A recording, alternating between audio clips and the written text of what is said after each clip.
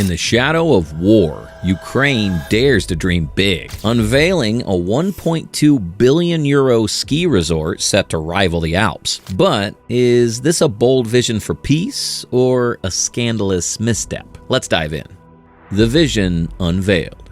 Picture this: 41 pristine ski slopes stretching across the rugged Carpathian Mountains, 25 world-class hotels gleaming with modern luxury, and high-end ski lifts whirring above a winter wonderland. This isn't a scene from Switzerland or Colorado. It's the ambitious blueprint for Ukraine's newest venture, a 1.2 billion euro ski resort near the Polish border in the Lviv region. Announced in late 2024, this project promises to transform a war-torn nation's western frontier into a global tourism hotspot. But how did this idea emerge, and what does it mean for a country locked in conflict? The masterminds behind this venture are a consortium of Ukrainian developers and international investors, with whispers of government backing. They call it Carpathian Heights, a sprawling 1,200-hectare complex designed to attract 1.5 million visitors annually by 2030. The pitch? A luxurious escape just 50 kilometers from the European Union's doorstep, blending Ukrainian hospitality with alpine allure.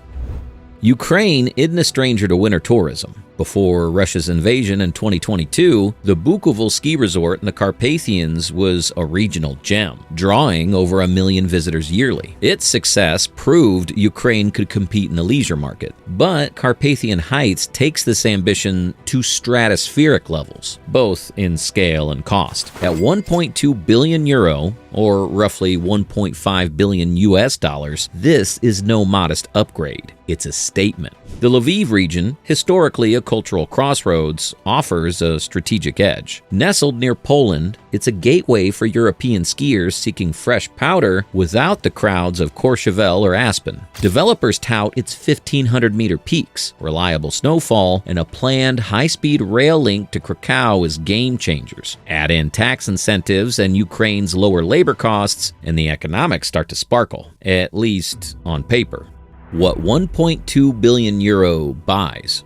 So, what exactly does 1.2 billion euro buy in today's Ukraine? Let's break it down. The resort spans 1,200 hectares, about 4.6 square miles, making it larger than many European counterparts. Its 41 slopes cater to all levels: gentle greens for beginners, challenging blacks for pros, and even off-piste zones for thrill seekers. 25 hotels, ranging from boutique chalets to 5-star towers, promise 10,000 beds, with amenities like heated pools, spas, and Michelin-worthy restaurants. The infrastructure's equally jaw-dropping. 15 state-of-the-art ski lifts, including gondolas and high-speed quads, will whisk skiers uphill at a record pace. A snowmaking system, vital in a warming world, ensures year-round reliability. Beyond skiing, there's an alpine village with shops, a concert hall, and even a hella ski pad for VIPs. Sustainability's on the table too. Solar panels and geothermal heating aim to offset the resort's carbon footprint.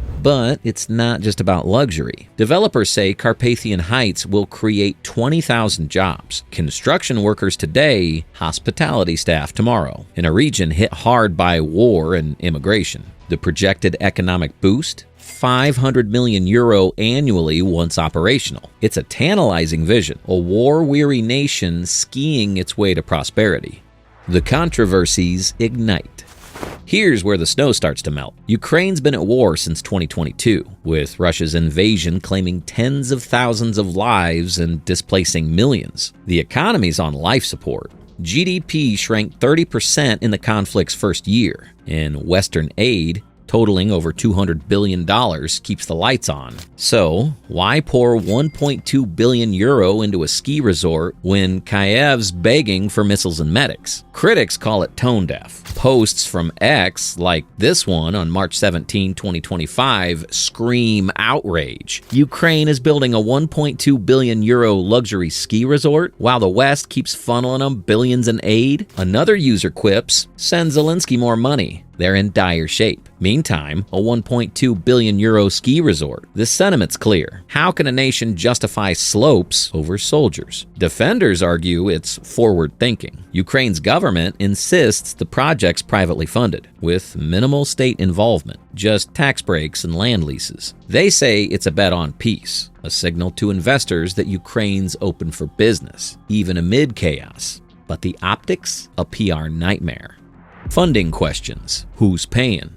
The money trail's murkier than a blizzard. Officially, Carpathian Heights is a private venture led by Ukrainian firm Lviv Alpine Group, partnered with unnamed European and North American investors. The 1.2 billion euro price tag covers construction, land, and marketing, with a 10-year timeline. But whispers of corruption, Ukraine's old nemesis, swirl like snowflakes. Opposition politicians allege oligarchs with Kremlin ties might be involved, laundering money through a feel-good project. Others suspect Western aid, meant for defense, could be quietly diverted, though no hard evidence has surfaced. A 2025 Transparency International report ranks Ukraine 104th out of 180 countries for corruption perception, fueling skepticism. If public funds are involved, even indirectly, it's a scandal waiting to erupt. Developers counter with glossy press releases, 100% private capital, vetted by international auditors. They've named Swiss firm Alpine Tech is a key partner, lending credibility. Still, the lack of a public investor list keeps tongues wagging. Is this a legitimate gamble or a gilded grift?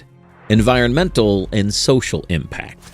Then there's the land itself. The Carpathians are a biodiversity hotspot. Brown bears, lynx, and ancient forests call it home. Building a mega resort means clearing 1,200 hectares, disrupting ecosystems, and pumping noise into quiet valleys. Environmentalists are livid. A Kyiv-based NGO, Green Carpathia, warns of irreversible damage to watersheds and wildlife, citing a 2024 study predicting a 15% habitat loss in the region. Locals are split. In villages near the site, some see jobs and revival. Others fear displacement. A farmer named Oksana told reporters, "They'll take our lands for hotels, and we'll get nothing but traffic." Protests erupted in Lviv in early 2025, with banners reading "No slopes over souls." Developers promise mitigation, tree replanting, wildlife corridors, but trust is thin. The carbon footprint's another sticking point. Even with green tech, construction and tourism will spew emissions in a country already stained by war's toll. Critics ask, can Ukraine afford to prioritize luxury over survival? The bigger picture. Geopolitical stakes. Zoom out, and the Carpathian Heights isn't just a resort, it's a chess move. Sitting near Poland, a NATO ally, it's a stone's throw from Russia's sphere. A thriving tourist hub here could cement Ukraine's westward tilt, boosting ties with the EU while thumbing a nose at Moscow. Some analysts see it as soft powder, a symbol of resilience against Putin's aggression. But risks loom. Russia's bombed civilian targets before. Could a glitzy resort become a propaganda target? And with U.S. aid faltering under Trump's March 2025 pause, Europe's 800 billion euro rearm plan might not stretch to protect a ski slope. It's a high-stakes gamble in a volatile game. Economic viability, boom or bust.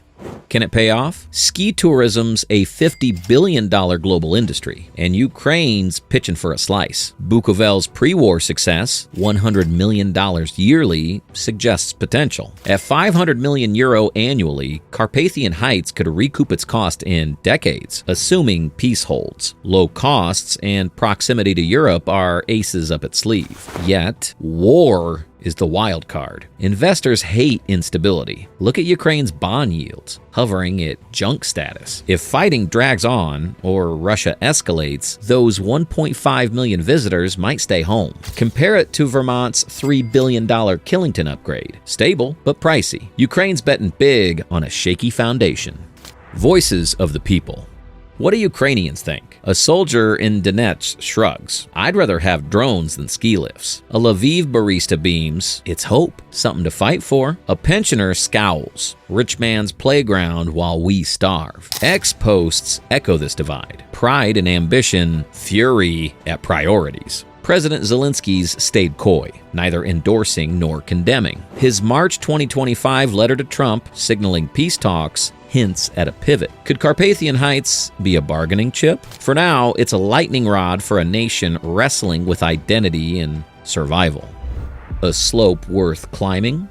So, where does this leave us? Carpathian Heights is a paradox, a dazzling dream born in darkness. It's a 1.2 billion euro bet that Ukraine can ski past its pain, a vision of luxury clashing with war's grim reality. Controversies, timing, funding, ecology cast long shadows. Yet, the promise of jobs and pride glimmers through. Is it visionary or reckless? Maybe both. As bulldozers rumble and debates rage, one thing's clear. This isn't just about slopes. It's about a nation daring to redefine itself. Whether it soars or crashes, Carpathian Heights will leave tracks on the mountains and in history.